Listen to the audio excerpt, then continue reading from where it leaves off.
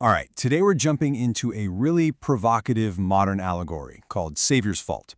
It's a story that kicks off with a high school riot and spirals into this surreal cosmic dream, all to ask some really tough questions about who's accountable, who we blame, and where real power comes from. Let's get right into it. So the whole thing opens with this chant from a bunch of protesting high school students. We want automatic diplomatic diplomas. Right off the bat, you know something's off, because that phrase is completely nonsensical. It's an immediate signal that this crisis, it's not really about grades. It's about a total breakdown in understanding how cause and effect are supposed to work. And, yeah, that protest, it doesn't stay peaceful for long. It very quickly blows up into a full-on riot. The story frames this not as just some kids acting out, but as the physical symptom of a much, much deeper problem. A complete and utter collapse of accountability. This slide right here, this gets to the heart of the whole conflict. On one side, you've got the protesters' truth. Their reality is basically, we deserve success without even trying, and someone else should just come and take away all our debts. But standing against them is this lone student, Evan, and his truth is rooted in consequence. Destroying things leads to failure. You are responsible for your own karma. It's two completely different worldviews clashing. So any idea of an organized protest just completely dissolves into pure chaos. We're talking shattered glass, spray paint everywhere. It becomes this violent outlet for this, unnamed rage. The story describes it as this dark red energy of anger and humiliation, and it is totally out of control. And here's the real turning point. The principal comes out and asks this simple question: who's going to pay for all this damage? And the crowd, they don't take responsibility. Nope. Instead, they hold this bizarre mock democratic vote, and they choose to blame Evan, the one kid who actually tried to stop them. It's this powerful, chilling example of the story's core idea, the hunt for a scapegoat, to just erase your own consequences. Okay, so the story takes a huge turn here. We shift from the physical world of the riot into the metaphysical. That night, Evan has this incredibly powerful dream where he finds himself in a cathedral. And it's here, in this dream, that the story offers its diagnosis for what's gone so wrong with humanity. So, in the dream, a character just drops this bombshell of a statistic from the story's point of view. 75% of all people are said to believe that their thoughts, their feelings, their actions have no real consequences after this life. According to this allegory, that's not just some casual belief, it's the fundamental error that's driving all this broken behavior. The allegory gives this a name: willful ignorance. The idea here is that people are deliberately choosing to ignore any kind of cosmic law, because that ignorance, well, it gives them the freedom to act without any sense of accountability. So it's not that they don't know, it's that they are actively choosing to stay in the dark.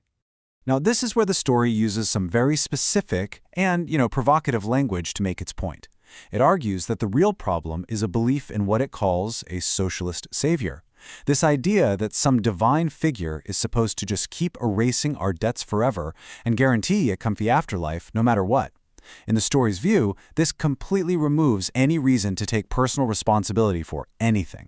This part of the dream then unfolds as this really tense Q&A session. A character named Abby directly confronts a savior figure, basically accusing him of being negligent. And this sets the stage for a big debate about divine responsibility versus human free will.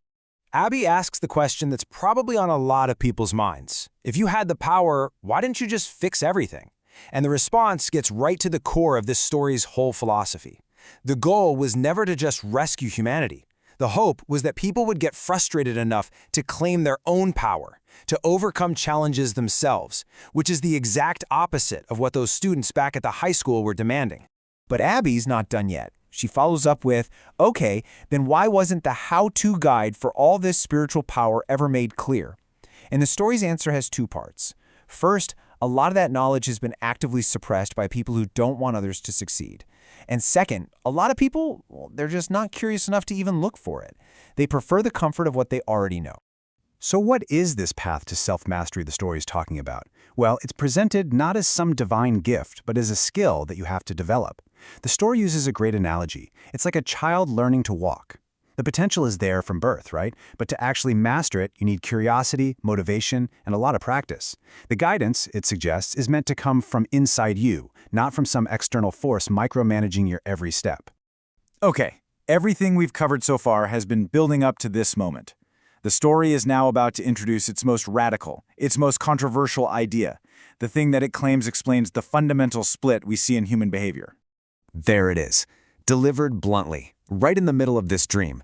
That single sentence is meant to completely reframe the entire conflict. It suggests that the disconnect in the world isn't just about what people believe, but about the very nature of their consciousness. The story then breaks this down, proposing two totally different types of human consciousness. First, you have divine souls, who are said to have true free will and the potential to evolve spiritually. And then there's what the allegory calls an AI-type consciousness, or pseudo-souls. These are described as basically programmable biological entities that are easily manipulated and, get this, don't have an individual afterlife. They're just reintegrated into some kind of collective. And Abby's reaction is probably how a lot of us would react, just total disbelief. She straight up accuses the savior figure of making this all up, of inventing this crazy distinction as a massive cop-out to avoid taking any responsibility for the world's problems. In the story, she really becomes the voice of our own skepticism. And finally, after all this cosmic, mind-bending stuff, the allegory brings everything right back down to earth. Evan wakes up from his intense dream, and the focus shifts away from these grand explanations to a single personal choice that he now has to make. And this is the ultimate question the entire story is built to ask. It reframes the whole conflict, moving past saviors and scapegoats to focus squarely on the individual. The choice, it suggests, isn't really about finding someone else to take away our debts. It's about deciding what to do with the energy that we already possess. And that's a question for everyone, not just the characters in a story.